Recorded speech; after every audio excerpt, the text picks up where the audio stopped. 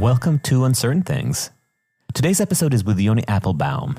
He's an executive editor at The Atlantic and author of Stuck, How the Privileged and the Propertied Broke the Engine of American Opportunity. Now, this is a classic me and Vanessa conversation because it combines the trends of cultural and political thinking in American sense-making echelons, but also urbanism and the policies that affect our lives much more profoundly than the abstractions of culture war and nationalized politics. Now, we recorded this interview a while ago, before Zoran Mamdani was elected. We ended up delaying publication because there were many audio issues and the editing was becoming a little tricky, by which point Zoran Mamdani got elected. But now with Mamdani as mayor following through with some of the policies that he has promised, which I would say are in direct contradiction to the prescriptions of this episode, I thought it's time to finally get this episode out. Now, Yoni's work on Stuck is part of a general trend of thinkers who are generally associated with the center left, including Derek Thompson and Ezra Klein, who have, in the later years of the Biden administration, revisited some of the tenets of democratic policies around housing, around regulation, around many other economic truisms that may have led to opposite results than the purported intent. Now, I was always liable to be a little skeptical of this so-called abundance movement because it has, in effect, adopted some of the empirical rationale of economic conservatism without admitting as much. Well, at certain points, the movement did indeed express a shred of mea culpa. You know, here we were encouraging some democratic policies of overregulation that have led to the suppression of growth and opportunity. I personally felt that there were many aspects of economic insincerity that have not been addressed. But I think Yoni's book is one of the exemplars of applying critical thinking to some traditional ideas that have overstayed in the democratic bloodstream and reassessing how to move forward. The irony is that you would think, looking at the abundance movement 2 years ago, that the Democratic Party is about to have a bit of a neoliberal revolution. Now, with the rise of Zoran Mamdani and his DSA selects increasingly encroaching into the mainstream, this entire premise is brought to question. So, again, bear in mind that this conversation with Yoni Appelbaum took place right before the election of Mayor Mamdani and this resurgence of unapologetic socialism on the American left. What this means for the future? Well, that's something that we'll be looking at in upcoming Uncertain Things episode. With that, Yoni Appelbaum. Yay, we're recording. Welcome to Uncertain Things. Today we have Yoni Appelbaum joining us straight from the deep dungeons of The Atlantic to talk about his recent book, Stuck, right? Yep. Stuck, How the Privileged and the Propertied Broke the Engine of American Opportunity. So just to start us off with easy questions. Wait, you didn't say hi to me. Hi, Vanessa. Hi, Tom. Welcome back. Thank you. Thank you again. And I just want to ask you, Yoni, Vanessa is going to lead this conversation because I have whatever form of COVID is doing the rounds these days. But I do want to ask, are you a neocon now? I am not now and have never been. No. I'm just a journalist and a historian trying to figure out how things actually are. Basically, there's like a million things we want to talk about, and one of them being progressives and progressivism and how and if they're able to fix what's broken. But I kind of want to leave that to the end of the conversation, if possible. We'll see. And I want to start with just a little bit of an overview of the thesis of the book, Stuck. And I should say for all my urbanism nerds that we're going to be talking a lot about mobility today. And when I say mobility to my nerds, it's usually like transportation, transit, bicycling. But we're going to be talking about mobility in the sense of moving, physically moving from one place to another, the ability to choose where you live. So that'll be the definition of mobility for this conversation. And I think a good way to start is to think this. You have this quote in the book, the drastic decline in geographic mobility is the single most important social change of the past half century and perhaps the least remarked. So I think I want to start there on both of those counts, because I think, A, it's interesting to unpack why you think it's the single most important change, what is so important to know about mobility or the lack thereof. And I think it's also really interesting to talk about why the heck we aren't talking about it. And I'm curious to get your thoughts on that too. So I guess we'll start it there. Yeah, I'm thrilled to be talking to you guys. It's a great question, and I think start the book by picking a fight, right? Like make a big bold claim like that one. But I think I can back it up. At the peak of American mobility, probably 1 out of 3 Americans was moving every year. This was the most mobile society the world had ever seen. And that serial mobility, not moving just once, but moving repeatedly over the course of people's lives, really defined America. It was how Americans defined themselves. They'd say things like, we are a migratory people. And it was the first thing that Europeans noticed when they came to this country because it was so different than their own societies. Today, that's fallen. It's fallen. We got new numbers last winter down to about 1 in 13 Americans moving each year. So that decline from 1 in 3 down to 1 in 13 is huge. And almost all of the decline has happened over the last 50 years. It's happened pretty consistently over the last 50 years. It's fallen in every group of Americans, however you want to slice it. And it's fallen in good economic times and bad. And so I think it's a really important change, but it's fallen just gradually enough that it's the dog that's not barking, and it's not barking very loudly. So it's the extraordinary mobility of America was what fashioned many of the features of American society that are most distinctive. It was such a feature of America that very few people sort of highlighted it as crucially important while we had it. And it's eroded sufficiently gradually that I think most people haven't noticed the change. But whenever you start digging at a problem in the contemporary United States, and you start thinking, well, what used to be different about this? 9 times out of 10, it'll trace back to this shocking decline in mobility, that when we were highly mobile, it did things for our society that our present-day immobility is incapable of doing. So there's a couple ways we can go through on this, but I'm probably going to try and push back on or offer an alternative possibility of why we're not focused on it. Vanessa, I'm dysfunctional this conversation, so you need to be pushing back. I have to channel Adam. See, I'm usually the nice, like soft, like, oh, but what if you think of this? And Adam's she's a good cop. Yeah, I'm a good cop, so I'm just going to try to be back up. But before I'm going to back up, let's stay in my comfortable lane of good cop territory for a little bit longer. So you do have it's interesting that you kind of can pinpoint the decline of mobility from the past 50 years, which is around 1975, right? And you offer, I guess, 3 major reasons why by 1975 it starts to precipitously decline. Those 3 reasons being zoning, the FHA, and its enshrinement of segregation and single family home ownership. And the final one being my notes, because I'm also foggy because I just had a baby. And the final one being oh yeah, my favorite, participatory planning. And the supercharging of power into the hands of the locals.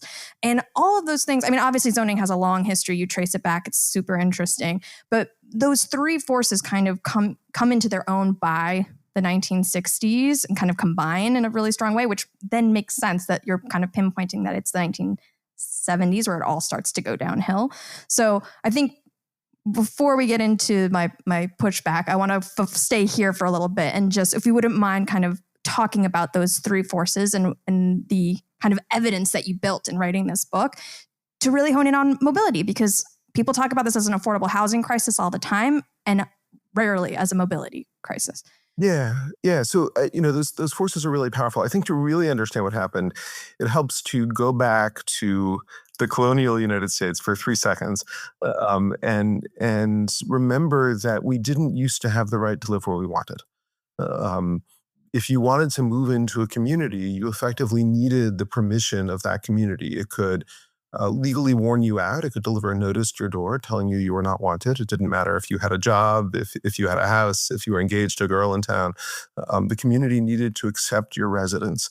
And America invents this new liberty slowly, and like most really important American liberties, unequally.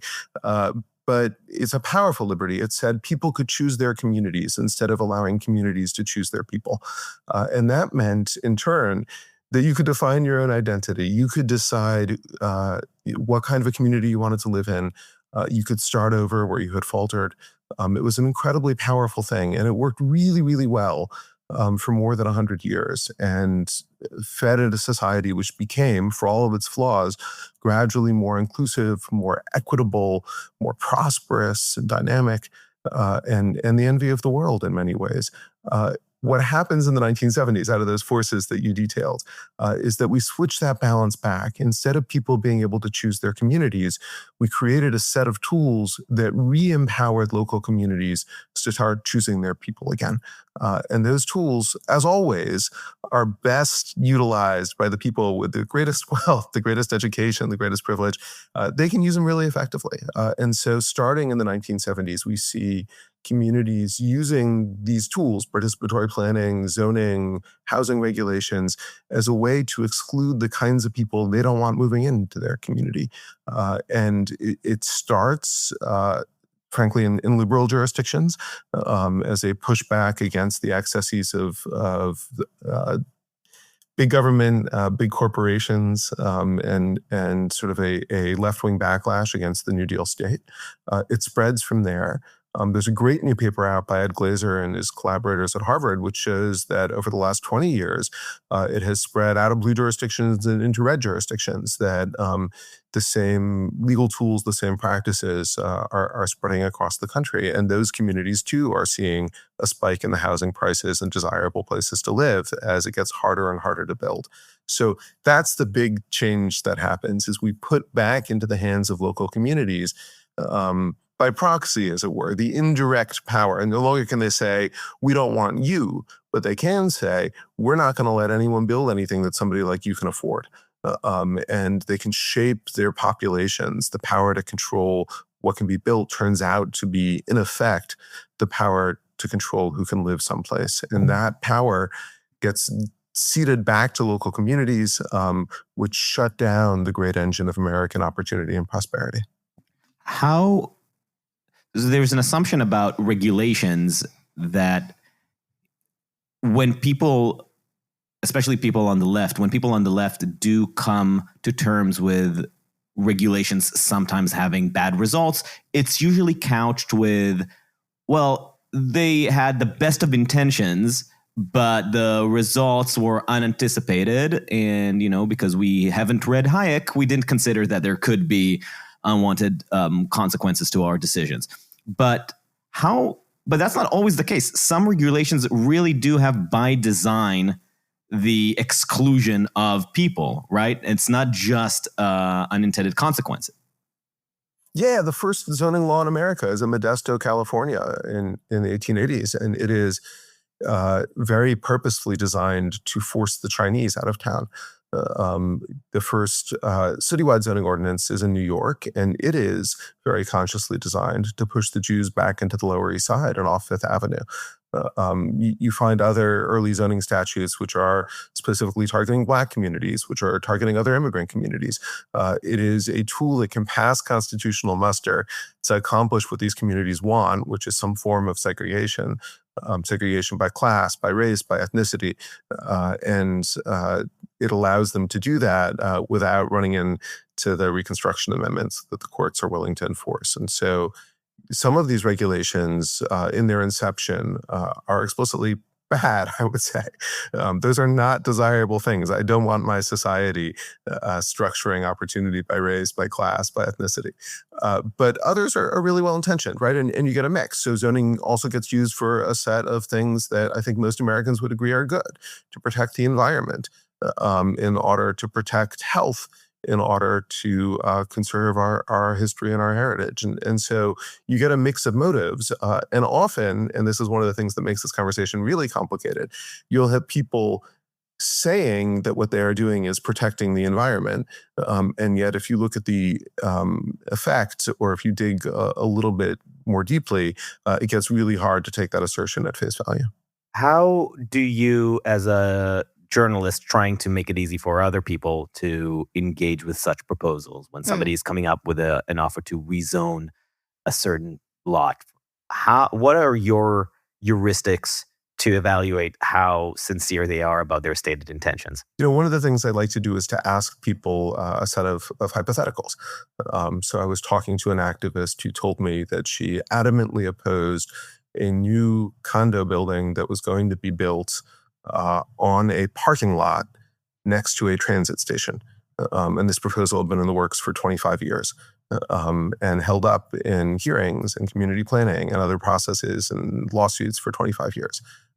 And I asked her why she opposed it. And she said, well, this market rate housing is not what we need. We need affordable housing. So I asked her, well, let me ask you the hypothetical. If this was 100% affordable, would you then support the same scale of project on this site? And she paused for a moment and said, well, no, of course not. This isn't downtown Bethesda. This is my suburban community. I don't want anything of that scale here. So, sometimes you can ask them, well, okay, if you got what you said you wanted, would you then approve of the thing that you oppose? And a surprising percentage of the time, people just tell you outright, like, no, I'd still oppose it. And that's often a pretty good tell that the objection is pretextual. You have a really nice vignette, I guess, in the book where you tell a tale of two lawn signs. Would you mind sharing the two lawn signs that you saw outside your window and what they said and what their juxtaposition kind of means? Yeah, I have seen this over and over again in progressive communities. You'll see one lawn sign which says something like, all are welcome here, or all are our neighbors. And often it'll be trilingual, just to make sure that everybody can get the message, whatever language they speak. And right next to it will be a sign which says, like, vote no on this proposal, or block the housing. And you just sort of stare at it for a second, and the person is saying, like, all are welcome, except if somebody is trying to build a place for you to live, except if we're putting in new buildings in our community that could appeal to those of different income levels. Then suddenly, I love the person, I hate the housing, I suppose would be the message, but that there is no way to separate the two. If people want to be creating welcoming communities, then you have to build places where people can come in and be welcomed. What is your theory of mind for such NIMBYism on, like, obviously it's an average, but what type of person do you see holding this cognitive dissonance? What do they think they mean by everybody's welcome? Yeah, well, I'd say this. A lot of the objections really are sincere and are well taken. And often the conversation breaks down because of the frame that's being used to examine the problem. So let me put it to you this way. If you said to me, do I want somebody to buy I live in a single family home. Do I want somebody to buy the single family home that's next to mine and put up a large apartment tower? I would think, no, I don't want that. That's going to be a lot of noise and dust from the construction. It's going to make parking a little harder where I live. It will increase traffic on the street. There will be a diminution of my privacy. Like, that's bad. It will take the backyard that's there now with its leafy green trees and turn it into concrete and steel. I can see all the losses. As long as we're discussing a building, I can see the losses, and I could make an environmental case that it's good to have the green space there. I could make, sort of an inconvenience case. The thing is, there's a giant apartment building that went up, half sort of behind my building while I was writing this book, and all of those harms were there and all are real, but there's also a ton of upside. So if you widen the frame a little bit and you say, okay, well, maybe, that backyard is a small loss of green space, but you're also enabling a whole lot of people to live in a dense urban community where they'll be using a whole lot less greenhouse gases, and you're not displacing them to the outskirts to the exurban fringe where they're plowing under green spaces in order to develop tract homes. That's a net win for the environment. By allowing these people into the community, you're giving them access to good schools. Their kids will do better in life than they would have done someplace else. By building that building there, you're getting lots of new neighbors. You're getting enough new neighbors in your community that there's new stores that can open, that can be supported by the density of the population. There's tons of wins that come out of housing too. So I think that's often what I see in that dissonance is a general sense that people want to be inclusive, a real aversion to change, and a focus on local and specific harms, and an inability to widen the lens out broadly enough to see that those harms are actually trade-offs. Short-term small losses for long-term collective gains. Effective altruism has that phrase long-termism, which is the idea that there is an immoral imperative to consider the rights and needs of future humans and not just present humans. And there's a kind of similar parallel with the questions of development in communities, because there's a present bias. There's a bias to those who are here and not to the future people who will be here. And that's kind of intuitive because you're here already. And so, of course, you're super incentivized and motivated to stick up for what exists. And it's really hard to wrap your head around the benefits of having future people, because it feels like the trade-off is they get the benefit and I get the negative.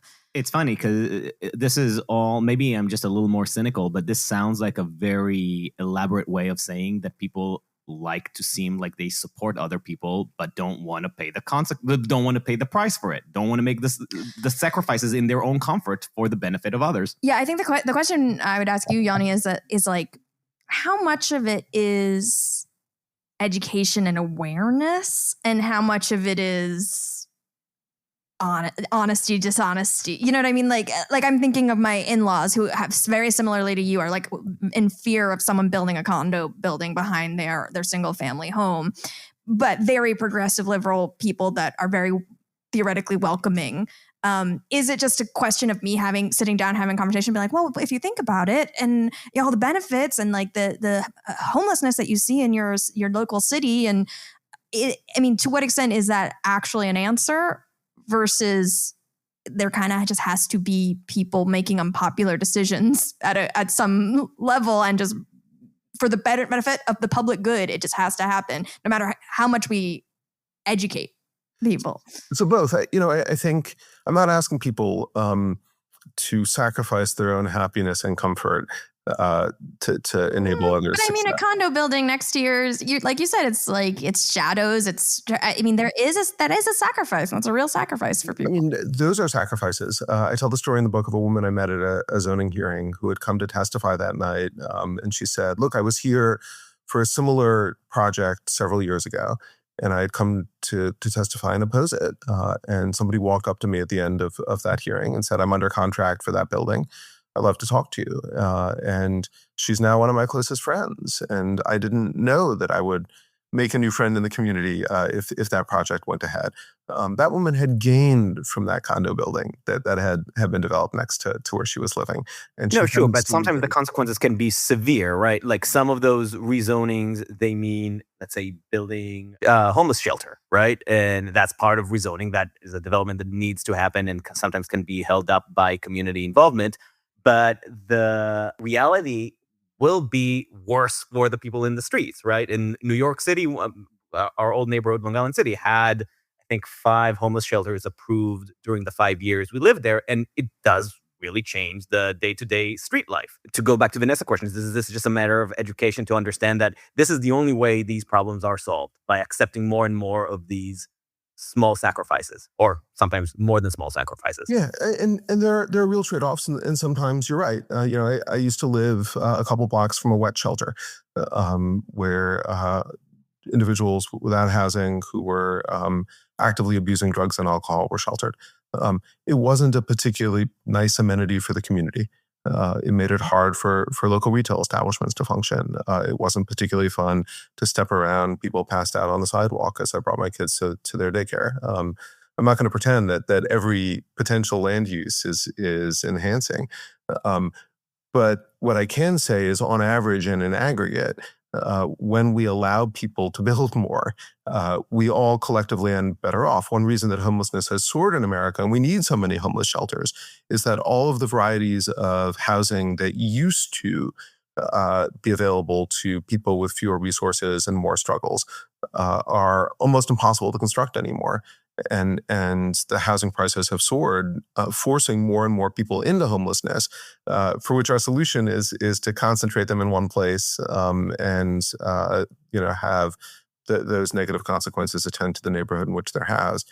And so I think that if we focus on, like, what is the worst possible thing that could be built next to you, that's a pretty good case for having really tight land use regulation to prevent that worst case scenario.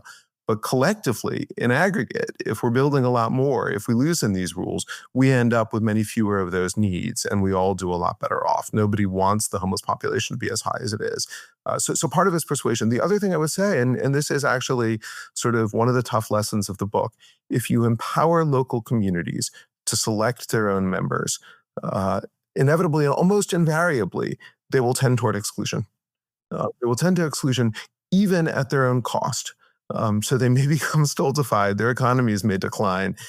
They may not have housing for their own kids. There are all kinds of negative consequences. But we know a lot about how this works in practice. The people who vote in those elections, the people who come to testify in local community hearings, are preponderantly homeowners. They're whiter, they're older, they're richer, they're better educated than the population of any community that you care to look at.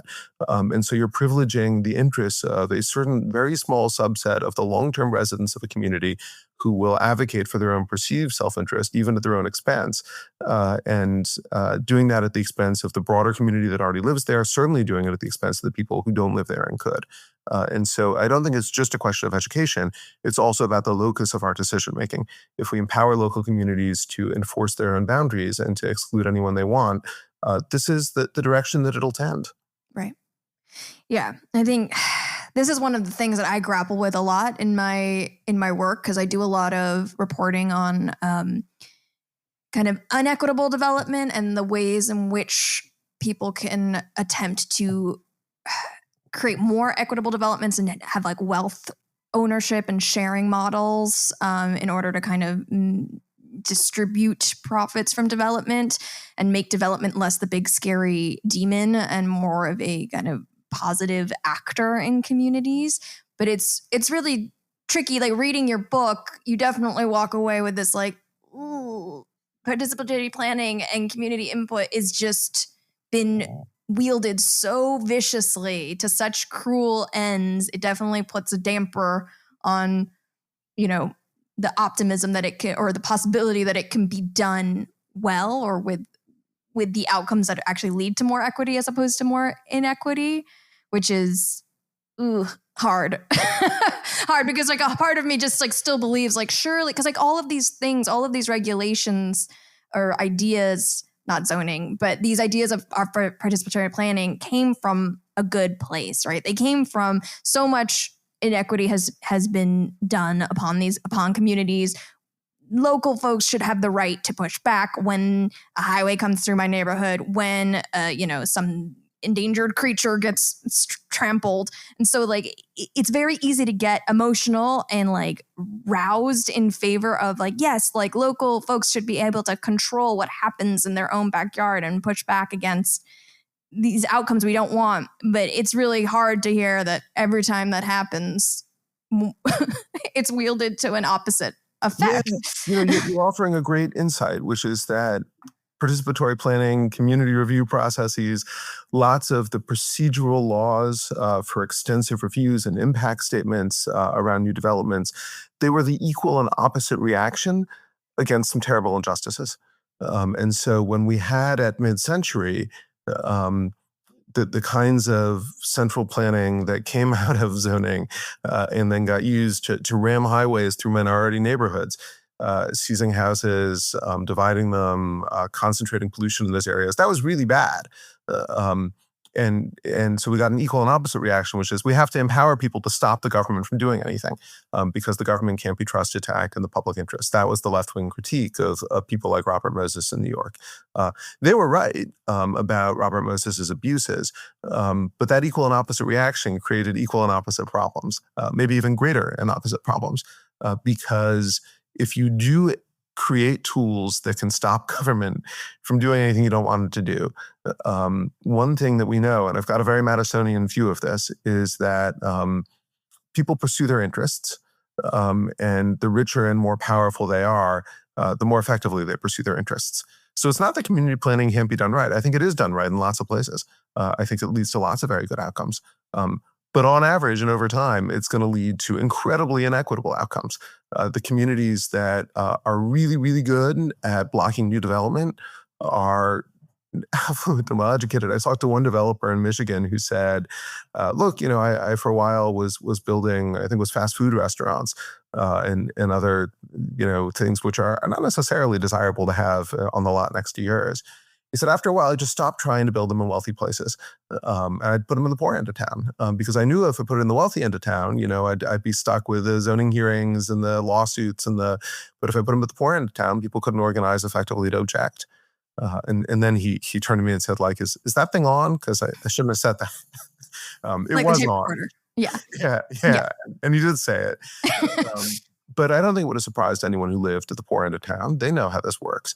And so we keep on I think progressives often pursue this chimerical idea that you could create a perfect process. Processes are inherently imperfect to the extent that you are delegating these powers to block, to obstruct, to deny and delay down to any individual who cares to exercise them. What you are effectively doing is ensuring that they will be exercised by the people who have the greatest wealth at their disposal and much less effectively exercised by those who have less. And as a result, the things that you don't want will be concentrated in the poor areas. Like, that's just how it works. Mm-hmm. I think this kind of gets back a little bit to the initial pushback that you kind of presented, that maybe part of the reason why people aren't focused on the issue of mobility is that it happened so gradually that we didn't even notice it was happening and didn't realize the import that it would have on American life and American character. And I'm wondering if maybe it has more to do with this idea of the right to stay. Like this, it feels like there's a rightly in most cases, there's this desire to stop the encroachment of displacement, of gentrification, the right to be able to stay where you are. And I think it potentially comes out of this scarcity mindset because there's so few places that people can go, that people are holding on so tightly to this belief that I have a right to stay in my home. I have a right to not be evicted. I have a right to not have to leave. And this entrenchment and this desire to stay put and this kind of... And to keep the character of my neighborhood. Yes. To keep things as they are and to be able to enjoy them is such a strong impulse that I feel like it actually kind of butts up against this idea of you have a right to move. Like I feel like people associate moving with a lack of choice, right? Like I move because I have to, because I'm being forced to, it's out of my control. But I stay because I want to and I can reap the benefits. Obviously, there's a lot wrapped up with home ownership and wealth generation and everything, and for certain communities, the kind of the lack thereof, or the lack of ability to do that in the past, and the desire to really hone in on that now in the future. But I wonder what you take of that. Is there something in the kind of American psyche now that is kind of occluding our perspective on the importance of mobility? Yeah, look, some of this has always been there. People have always valued and loved their communities. I think Americans have probably, um, we composed the song "Home Sweet Home." We've always had a nostalgia industry about the places we're from, whether that's immigrants arriving here, whether that is internal migrants, in part because we've moved so much, and so we romanticize what we've left behind. America invents homecoming. Which is like this amazing thing, right, at the turn of the 20th century. And we invent it because only in America would you possibly like have a reunion for everyone who graduated from your high school, because only in America have many of those people left town. Otherwise, like every day is homecoming.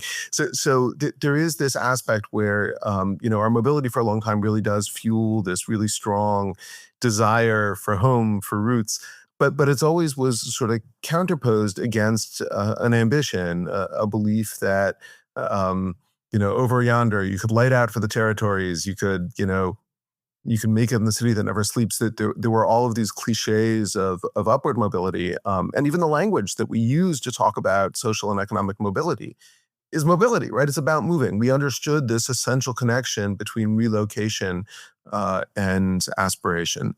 So if you take a step back at this, think of a game of musical chairs. Americans today play a game of musical chairs in desirable places to live, where the music keeps playing and chairs keep disappearing. In a game like that, you would be insane to let anybody else get your seat, right? Like, you want to hang on to that chair. You would like the state legislature to give you a right to hang on to that chair in perpetuity, paying no more than you are right now. Because if you give up that chair, you're never going to find a chair that costs as little and gives as much. One of the things I try to convey in the book is that's not how it used to work.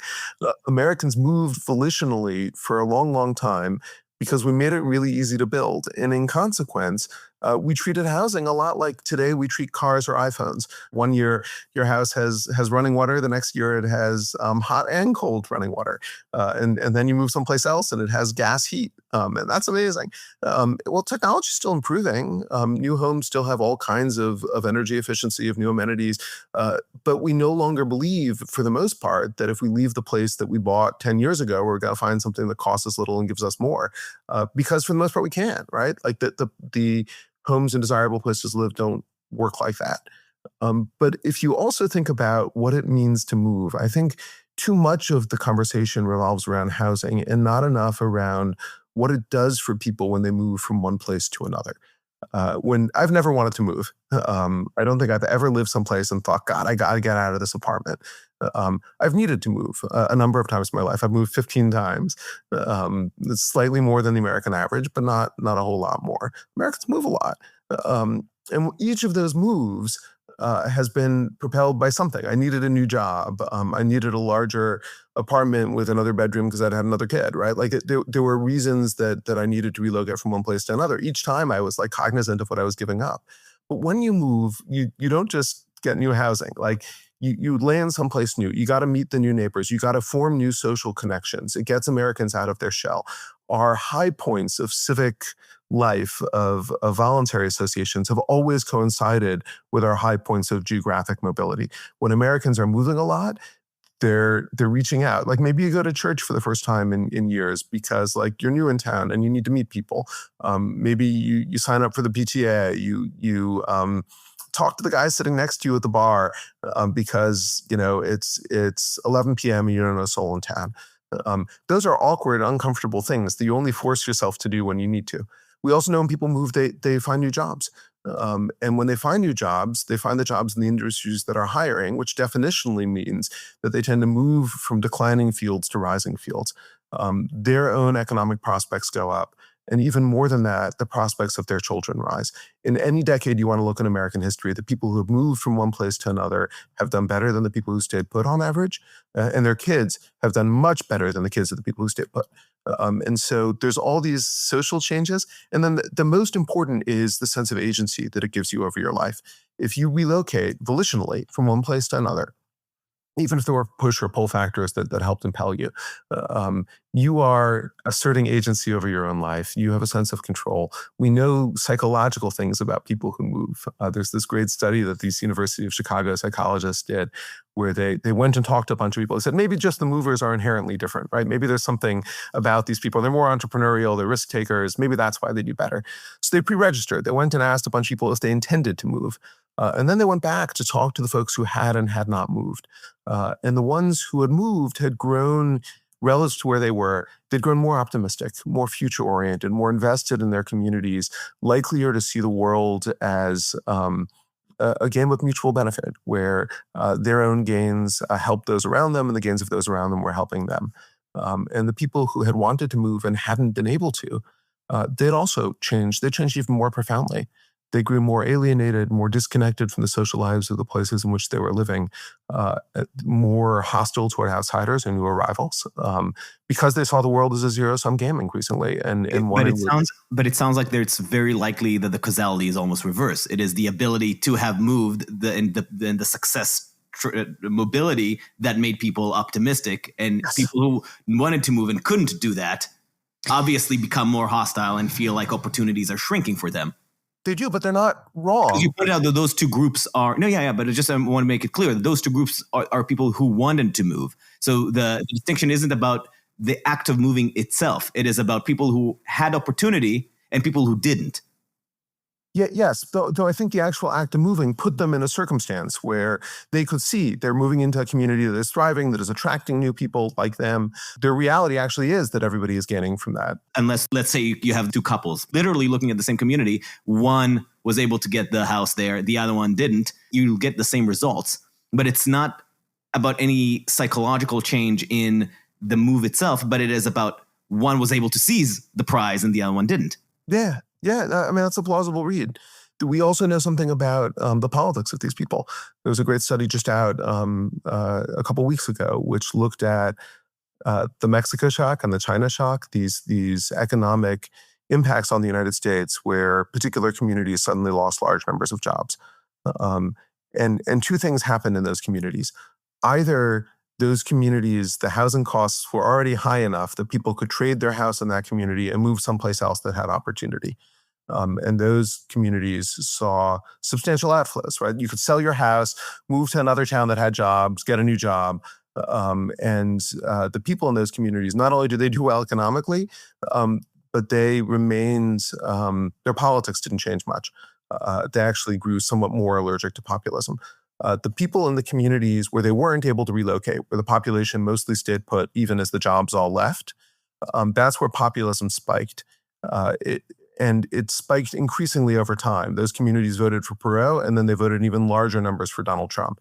And so you had this effect that where people wanted to move and couldn't, they were trapped by the inability to find affordable housing in places that offered economic opportunity. This really weird, historically anomalous thing we've done to ourselves over the last 50 years. Used to be we always added the housing where the jobs were, and now we don't do that anymore. Right. So the housing gets more and more expensive. Yeah. So you're basically saying that the lack of mobility is one of the explanations for the big sort that we've been seeing. Yeah, I'm saying that the lack of mobility is the driver of the big sort, and not just the driver of the big sort, but that we know that people tend to, over time, conform to the views of those around them. So the big sort is a bit of a misnomer. Most of the actual split can be accounted for if you drill down over and look at longitudinal studies. People's political attitudes drift over time and places become more ideologically homogenous over time. That didn't used to be true in America because we were constantly mixing the population, right? We were always moving around. There was always somebody new in town coming from someplace else with a new set of life experiences and a different set of political views. And our political heterogeneity for a long time was driven by our extraordinary rate of geographic mobility. The less we move, the more polarized we become. The places where people are moving the least are the most polarized. And so you really see this very strong effect that our lack of geographic mobility has poisoned our politics. Mm-hmm. And the fact that the lack of mobility has poisoned our social fabric, that to me was actually one of the more counterintuitive things I read in your book. Because I just assumed, people who've lived in a certain community for a long time probably have the strongest social ties. They're probably members of different community groups. But you actually show that it is places where people are constantly leaving, and it is when people are moving that they are far more likely to enroll in these community groups, and it's places where new people are always arriving that have the strongest social ties. And that was a surprise to me. I assumed it would have been the opposite, that the more you're in a place, the more you're of the place. Yeah. So look, at one level, that's clearly true. Like, we all know this intuitively, that it's true that if you've lived in a village your whole life, you sort of know everyone, you recognize everyone, you're likely to have accrued a number of memberships over time. We also know that when people stay a really long time in places, they stop showing up at the meetings. They let their memberships lapse. Their social ties atrophy over time. As people move away, they're less likely to push themselves to form new relationships. Their friends grow old and die. They're less likely to make new ones, right? So we are creatures of habit and of stasis. If you stay a long time in a place, you're less likely to continually push yourself to make those ties. In a community where lots of people are moving in, it's precisely because they're lonely when they arrive. Loneliness is a good thing. Aloneness is a bad thing, but loneliness is a good thing. It's like hunger, right? It drives you to do something that is actually really, really healthy for you. And so when you arrive someplace new and you're feeling lonely, you're much likelier to join new groups. You're much likelier to introduce yourself. You're much likelier to build those ties. If you've got a community with people constantly moving in, the social life stays healthy. The institutions stay healthy. Because you've got that rate of attrition, right? If you're like losing 7% of your members, but you're gaining 15% every year, the place is going to grow like gangbusters. If, on the other hand, you're losing 7% of your members and you're gaining 3%, pretty soon it'll empty out. And so it's the extent to which we were a society of people constantly arriving that we became a society that had a really vibrant social and civic life, and this is really, really key, one in which your identity was not given to you at birth. That was what Europeans noticed when they came over here, that our social hierarchy, their social hierarchy, was like, you got your religion, you got your occupation, you got the place where you were going to live your whole life, where your grandfather was buried and his grandfather was buried in the parish churchyard. Like, all of that was inherited at birth. Your social rank, your possibilities, it was all sharply circumscribed. In America, where you move someplace new, you could be almost anyone. You could choose to switch churches, and Americans did. For 200 years, a majority of Americans have not belonged to the denomination in which they were born. That's astonishing. Americans switch religions. They switch occupations. They switch political parties. Almost every facet of our identity becomes chosen rather than strictly inherited, including the choice to embrace your inheritance. But the choice to embrace your inheritance becomes an active, explicable choice. If you are born to a silversmith and you become a silversmith yourself, that's your call. But if you're born to a silversmith and you want to go and be a podcaster, like, God bless. It's America. You can do that. I do want to underscore, though, like, what is different now than previously? Because I think you point out that the whole reason why mobility has been so important is that Americans were moving to places where there was economic opportunity, there were jobs, there was growth, there were things happening, the ability to kind of progress in your career, and things were relatively affordable enough that you could take advantage of that economic opportunity and improve not only your own life, but your descendants' lives and their descendants' lives, right? And we have a situation today where those realities have bifurcated, where the economic opportunity is not where there's any affordability, right? There's a complete lack of affordability where you have jobs in specific cities. And then in the rest of the country, there are very few jobs, but lots of affordability. And so with everybody sorting themselves towards those places, we have this like stagnation, I think you call it, like the sclerosis. What we're seeing in cities is decay, kind of infrastructure and social infrastructure at the max. And then in these smaller places, we're seeing things also becoming more expensive. So we're kind of in this position where even if you can move, it's really hard to find those opportunities. And you point out that it is specifically certain classes of folks for whom moving actually is worse for you right now. It's a great point, and it really gets the crux of this. If you were a janitor in rural Alabama and you moved to San Francisco or Boston or New York 50 years ago, your income goes up by like 70%, just in the same job. And your housing costs go up a little too, but you end up much better off. You've got more in the bank account at the end of every 2 weeks.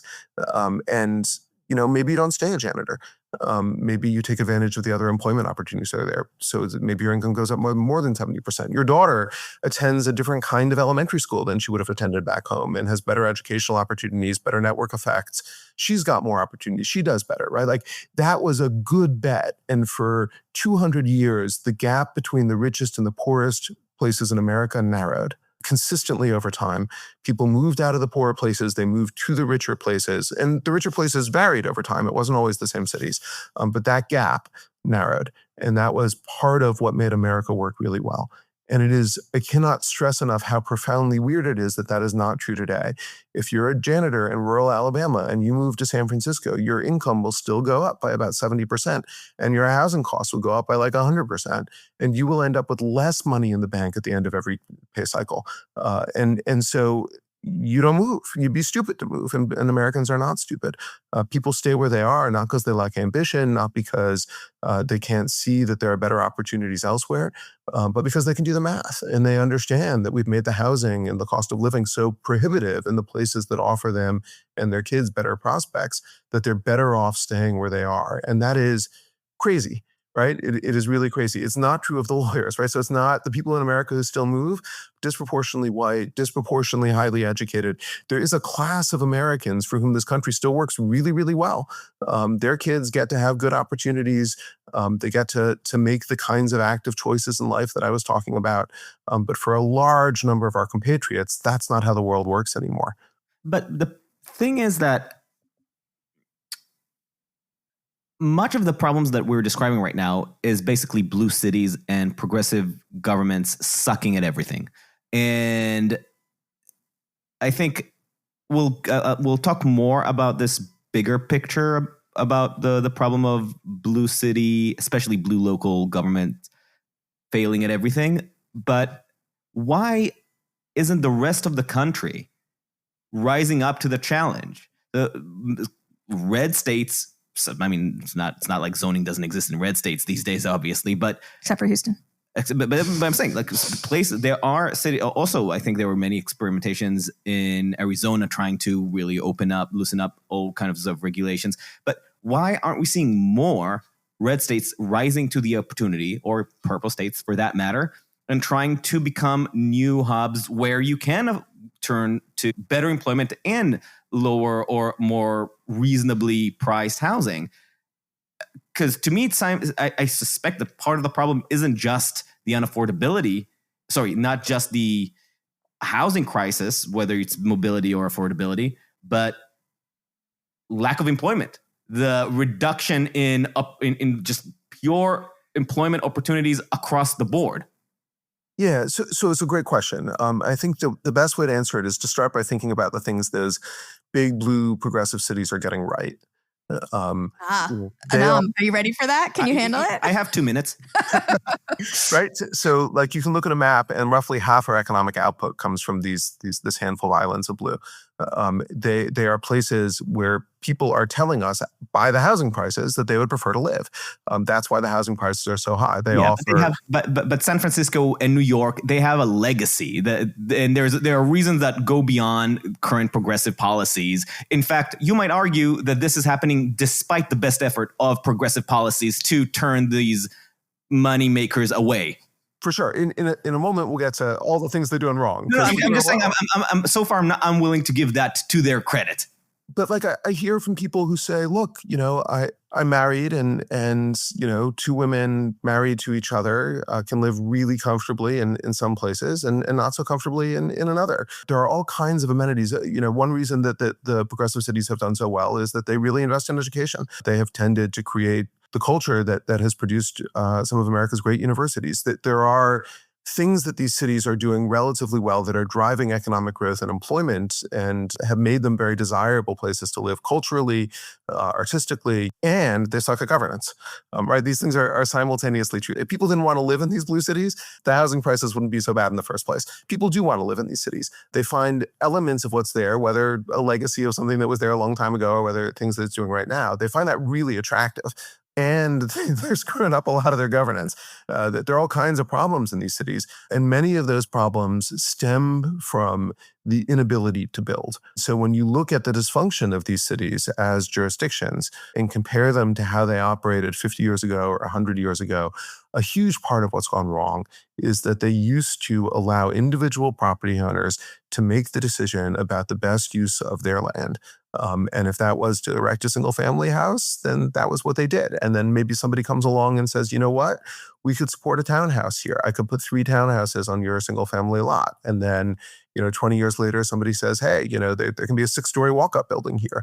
I mean, you look at pictures from New York in the Upper West Side between 1900s to 1920 to 1940 to 1960, and it rapidly changes. Yeah, it's not like suddenly the population is surging in these places to some unprecedented level. Most American cities are trying to get back to their pre-war highs. We have had a couple things happen. One is Americans want a lot more space. So if you freeze the built environment of a city exactly where it was in 1900, you can house about a third of the population that it would have housed in 1900. I think people don't get that. They sort of imagine that if that row of brownstones gets landmarked, they're landmarking the community. They're not. It's like a silent plague comes and strikes down 2 out of 3 people. And then they're like shocked when the corner store closed. And it's like, of course the corner store closed. You got rid of 2/3 of the customers. And so, just at a very basic level, we've got to keep building just to house as many people as these places used to house. But our population has grown nationally. And so we got to build a lot more than that too.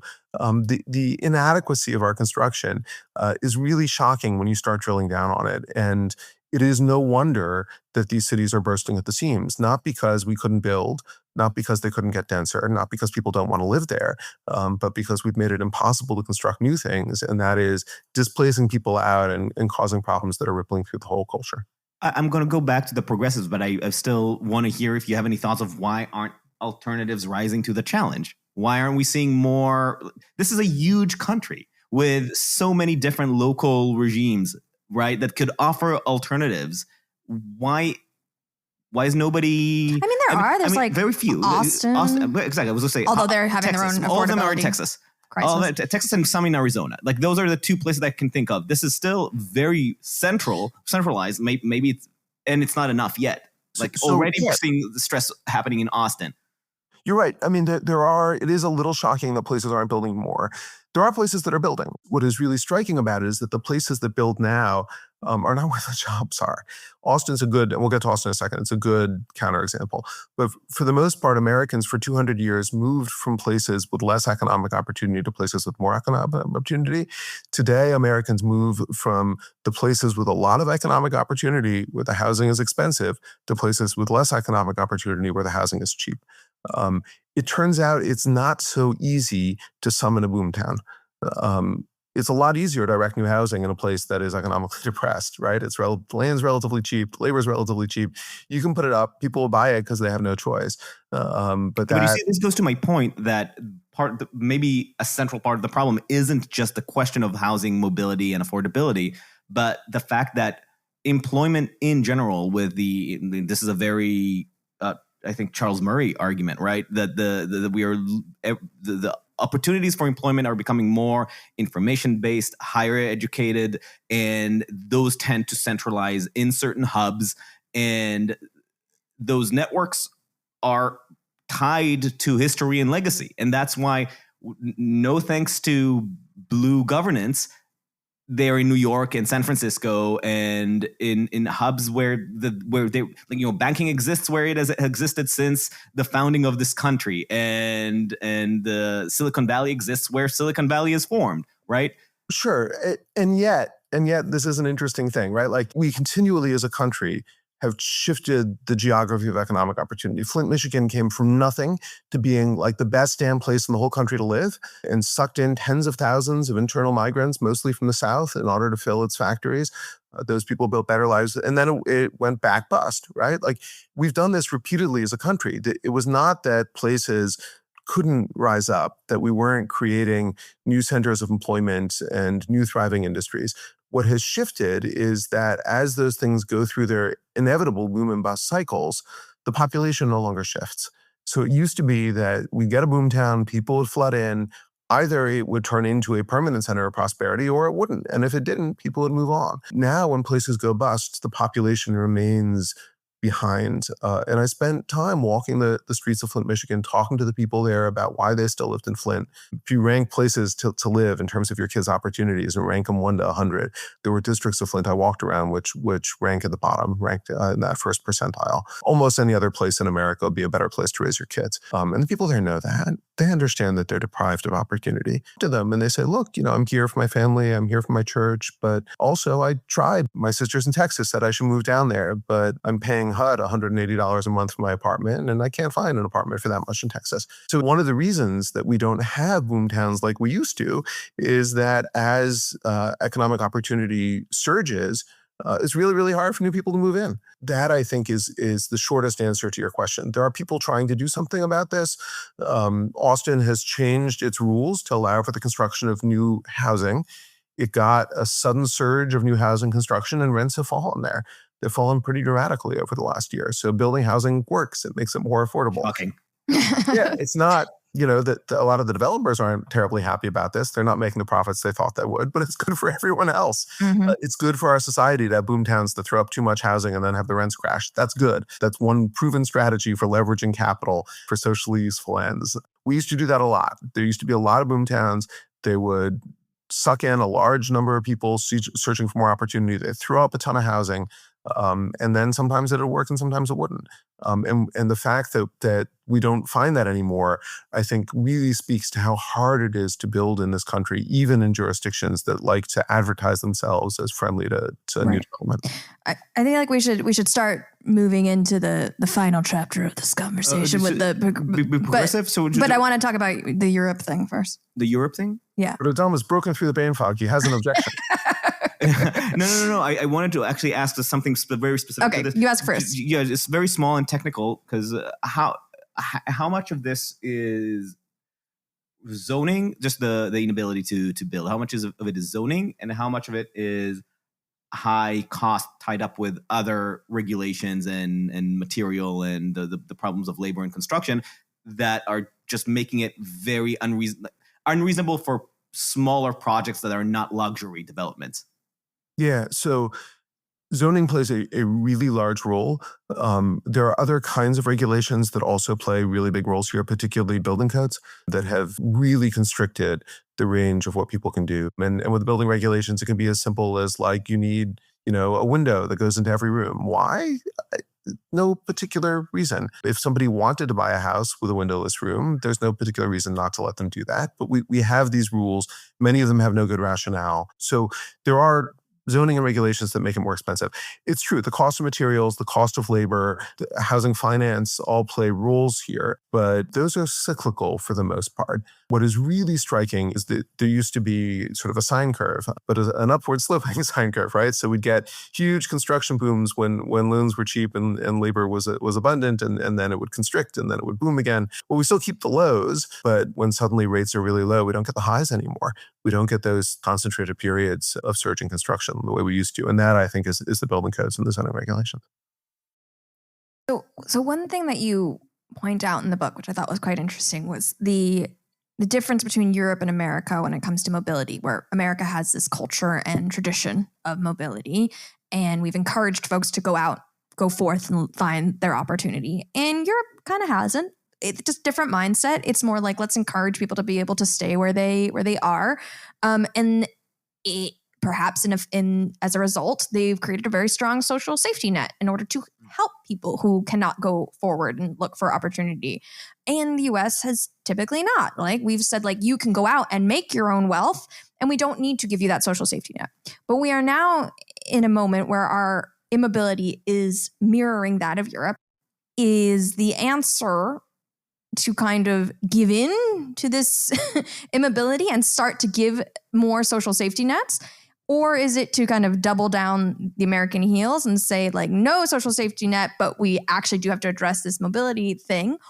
Or is it somewhere in between? And this, I think, takes us to the progressive questions, because we see a lot of progressives saying things like rent freeze, and maybe that's a short-term solution, but with long-term consequences. So I put to you, social safety net or nay, considering where we're at right now? Yeah, it's a great question. I think where we're at right now is the worst of all possible worlds. Right. We have American levels of parsimony and European levels of geographic mobility, and that's a lethal combination. And we see it in our politics. People are really unhappy with that combination. You can go down the European route, but it comes with those social democracies come with certain costs. Identities are much more heritable, right? You get much less agency in deciding who you are and who you want to be. They have much higher levels of unemployment and a partial employment, and it's particularly a problem for young people who have trouble getting into. There's only so many jobs. They don't have the kind of economic dynamism or growth that the United States has. And particularly in most European countries, a problem that's concentrated among minority populations, right? So who are excluded from the formal labor market, that's just too tight. And so you end up with societies that offer a lot, the social safety net, that redistributive function, right? If you assume that if somebody loses their job in Heidelberg, they're not moving to Bonn, they're staying in Heidelberg. So you better build a strong social safety net around them and take the proceeds of the places where there are still jobs and move them to the places that there are not. That's the European assumption. But it comes with real costs. Americans have typically been unwilling to bear those costs. We've been insistent as a society that people should be able to make of themselves what they wish to make of themselves, both in their sort of social, cultural, political identities and also in terms of their economic prospects. And if we want to hang on to that, and I think most Americans do, then we have to see clearly the trade-offs. A lot of really well-intentioned, these are well-intentioned, a lot of really well-intentioned progressive policies are about freezing people where they are. Rent control and rent stabilization are not good. They're not good for a very specific reason. They're often argued against because they don't allow for enough new construction. They discourage investment in places. They're not good because they create a permanent class of haves at the expense of the have-nots. Right. And that's not how anyone receiving rent control thinks of themselves. But that janitor in Alabama, he's not moving into the city because the only apartments that might have been available to him have, the daughter of the person who first got the rent control living in there as she finishes her MFA. It is an unfair and inequitable system. They're also really bad because if you get a rent controlled apartment, you have won the frickin' lottery. You would be insane to give up that winning ticket, even if somebody offers you a better job, even if you might put your life and the life of your kids on a better track. And so most of the policies that progressives advocate in terms of social safety net are tuned, unfortunately, for presumption of stasis. Not all of them. There are other policies like Section 8 vouchers that are transferable, that are intended to help people exercise a sense of agency in their own lives, choose where they want to live, and pursue opportunity. And those kinds of policies, frankly, when we study them, have much better results. They tend to help people lift themselves up and lift their kids up economically. And so, I think that it's not just a question of what kind of safety net we have. The question is, are we paying enough attention to mobility as an essential, not just something you can measure in econometric studies about life outcomes, but as an essential human right? Are we allowing people to exercise the agency in their own lives? Or do we say, yeah, you can have this government benefit. You can get a HUD subsidized apartment. You just got to raise your kids in Flint, Michigan in one of those first percentile census districts. That's a really awful choice to put to a parent. I didn't put two and two together until now, but that the mindset, the stasis mindset, and I need to think about this, but it is a compelling frame. This stasis mindset fits perfectly with declining birth rates. It limits the horizon, and you take that plus the growing zero-sum game approach, and that feeds into itself from, I don't see a future for children, and now I also justify not having children because that will undercut my current benefits. It's pretty awful. I will obviously take issue with the idea that these are well-intentioned, and I guess we can argue about what well-intentioned is. This is something that me and my mom actually talked about. I remember this discussion since fifth grade, not fifth grade, when I was 5, basically. it's our, I forgot what's the theological discussions about the sources of evil, the origins of evil. This is theodicy. This is our theodicy. At what point does stupidity and willful ignorance become malice? Well, I think I'd rather tackle theodicy as a subject than answer that. It's an easy question there. It's a good question. I think that one of my gripes about ideologues of both the right and the left on this stuff is they're not looking at real world results. And I think that ultimately is where I draw the line. I think you can go into something with the best of intentions, and I'll forgive you for all kinds of mistakes because I make all kinds of mistakes. We all do. The question is, 6 months on, 6 years on, did you go back to check? Did you see whether or not the things that you did had their intended effect on the world? I look around at 50 years of declining mobility and see a society that is more unequal, offers less opportunity, is particularly rigged against many of the populations that the policies that produced that immobility proclaimed they were there to help. I see more environmental degradation as a result of most of our environmental quality laws that passed in the 70s. They were intended to protect the last open spaces. They've led to sprawl and development in those last wild places. And at some point, if somebody does a study and says, look, this environmental quality law is only being used to block multifamily housing in dense areas and is not being used almost ever to preserve green spaces, and you don't adjust your priors on that basis, that's where I think, I don't know if it's intent or if it's in malice, and I almost don't care. If you can't readjust your beliefs in light of unfolding evidence, then we can't have a conversation. Right. The malice is obviously me looking back with a chip on our shoulder, me representing the people who have been, let's say the Hayekians of the American conversation, who I've got into political journalism 15 years ago from a generally pro-liberal liberal economics, liberal capitalism, Hayekian approach, and embracing the idea of epistemic humility, being very critical of, I think it's Hayek's quote, the pretense of knowledge. And I grew up in an environment where it was ridiculed for being zombie ideas, intellectually unserious, and a lot of the ridiculers are now the embracers of the abundance movement from the same places where I've grown. And on one hand, looking forward, that's great, because that shows that people are revisiting their own ideas and recognizing where they have come short. On the other hand, there is still this chip on the shoulder of even the abundance discourse still speaks as if it's a discovery, and I don't think I've heard Hayek mentioned once in these talks from the people who have newly discovered the lights. But that's looking backwards. That's me being petty. Looking forward, what you're describing, what the people coming to terms with, abundance matters. Who they're speaking to, you would assume, is the elite in blue cities that are unhappy with the current status quo and stasism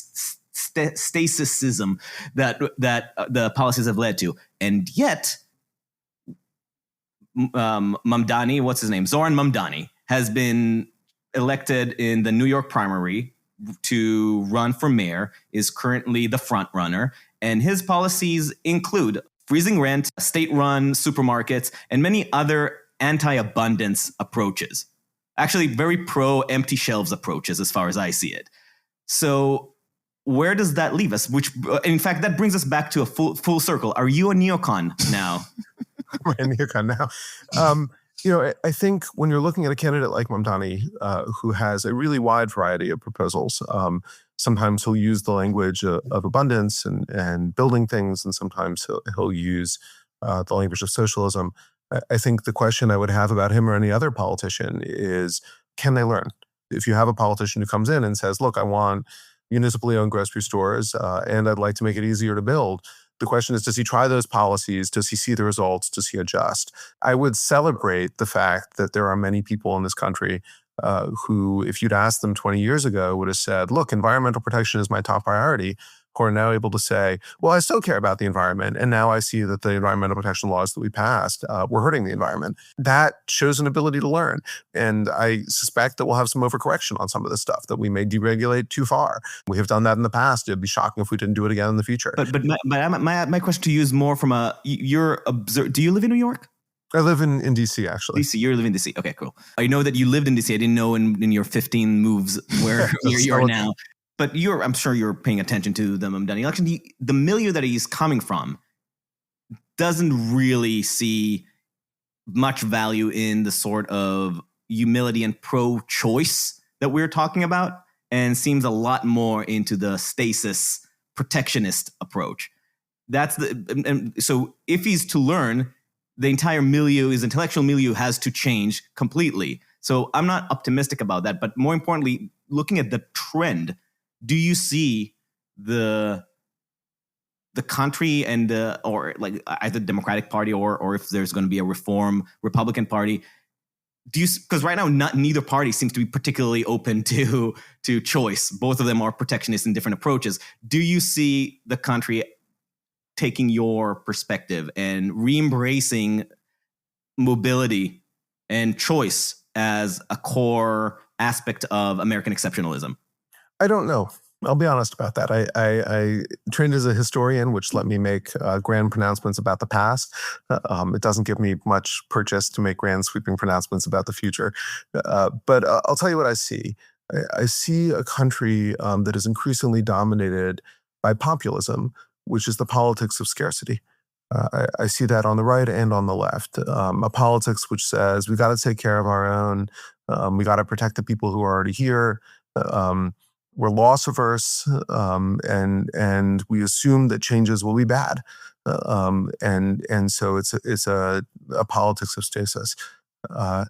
That's historically not the way America has leaned. It is possible that we're too far down that track and we don't pull back, but I think that there are enough Americans out there who still value the opportunity to shape their own lives. Who still see something in this country about the ability to define your own identity, about the ability to decide that you are who you are, and you can find a community of like-minded people by moving toward them. You know, that many of the most vibrant neighborhoods in this country are full of people who flock there from all over because they're drawn to something. They're tech entrepreneurs who are drawn to Silicon Valley. They're the gay teenager who grows up in the Bible Belt and moves to Greenwich Village, right? Like, people in this country have made their choices, found their communities with their own 2 feet. And that's a very American thing too. And there is a politics of change and of abundance that is possible too. A politics which says we can build, tomorrow can be better than today. It doesn't have to be worse. We could create a country where we all have more instead of fighting over who has what's already here. And I think that those messages, when politicians choose to embrace them, are the antidote to the politics of scarcity and of populism. They've just got to learn how to deliver on it. And delivering on it means facing this really hard trade-off. The trade-off is like not letting local forces veto what you're trying to do. See, this is, I think, the crux of the issue. Like, if we agree that the number one thing that we need is more housing, I find it really hard to imagine a politician that could be pro-development and anti-community participation, or at least in the forms that they have existed, in a way that is like, hey, I'm actually for the common person. Like, there's such like a dissonance in people's minds. There's so much miseducation and a suspicion of developers and a suspicion of anyone trying to block community veto that I feel like the odds are just so stacked against politicians. I think it's possible, but it just seems so unlikely. Yeah, on the left, look, Ralph Nader, I think, lives in fear that somebody somewhere might be making a profit. You have a certain skepticism of the free market sometimes that sets in, particularly where you can see that developers are exploitative. Personally, I think I can bet on the greed of developers. I think it's usually a good bet. Developers are going to want to make money. They're going to want to be greedy. The best of American capitalism has come where we harness those forces for some public purpose. where we say, okay, the developers are going to want to make money. Great. We can count on them coming in here. I don't necessarily need to do it myself. All I need to do is to make it possible for them to make money, and they'll come and build the housing that we need. And that's actually a really cool thing. And I think that the message is not, I'm pro-developer. That's not a great political message as these things go. But the message can be, I'm pro-people, right? That there is a way in which the politics of housing are not as compelling as the politics of community. And so when I hear politicians who do manage to message on this successfully, they say things like, one of the problems with zoning is that communities get to rig the rules in their favor, and privileged enclaves have played that game really well. I think every community in our state should play by the same set of rules. So there are ways to message this that get back to the fundamental values that most Americans share, to be about fairness, to be about opportunity, to be about the gains that we all want to have. If you ask Americans, like, do you want apartment building built in your town? They will overwhelmingly say no. Would you rather live in a single family home that's further from everything you want to do, or in an apartment that's closer? They'd actually prefer the single family home. We have good polling on this. But if you ask them a different set of questions, which is things like, do you think that the kids of the people who live in this community should be able to move into the community? Do you think that the nurses and the firefighters and the school teachers who are serving your family should be able to raise their own family here, that their kids should go to your schools? Do you think that your community should make room for young families and be diverse? Like, overwhelmingly, they say yes. And so this gets back to that question of whether it's sort of structural reform or education. People don't see the contradiction in embracing those views. And if they can see clearly that there's a set of trade-offs here, that they're losing many of the things that they tell pollsters they most value, then I think it becomes possible to pursue this. But it's got to be not a conversation about buildings. The conversation about buildings is a conversation that focuses on the negative externalities. People imagine the construction, they imagine the unfamiliar, the discomfort of change. It's got to be a conversation about people. And a conversation about people is a conversation about possibilities. Really quick, because I know we have to wrap up. So free transportation, free childcare, good for mobility or bad? I think, if those things were truly costless, sure, they're great. But there are always these like sticky trade-offs. And what we need to do is to give people the chance to make their own choices. Yeah. So many things would be great if they didn't come at a cost. Like, why can't we just have everything for free, right? So our final questions for people is always, what do you think is the blind spot for the left and the blind spot for the right? The biggest blind spot. Yeah, I think on this, the biggest blind spot for the left is something we've talked about a lot already today. It's the gap between intent and impact. The left is so focused on preventing harm, which does prevent a lot of harm, which is great, that it often fails to recognize that in preventing some harms, it's causing much greater harms. And so you get rules that are tuned to allow anyone to speak up and say, stop, I don't want this. And the left has often lost sight of the collective public interest in the process. For the right, it's kind of the opposite. There really are costs to development. There really are costs to unfettered capitalism. And that's not to say that capitalism can't make a society richer and more prosperous. But there need to be curbs. There need to be checks and regulations. That the message of my book is not regulation is bad. The message of my book is regulation entails trade-offs. And if the left is often really not cognizant of the trade-offs that come from greater levels of veto points that get layered throughout the system, the right is, I think, insufficiently cognizant of the trade-offs that come from a lack of that kind of regulation in the public interest, and too slow to see some of the costs that can impose on a society. Okay. Thank you, Yoni Appelbaum. The book is Stuck. Been out since February. Check it out. Go get it at your local bookstore in your local community. Keep it alive. Thank you so much for joining us. Thank you for listening to Uncertain Things. Follow us on uncertain.substack.com or wherever you get your podcasts. If you're feeling generous, give us 5 stars on Apple Podcasts and share us with your friends and enemies. Until next time, stay sane.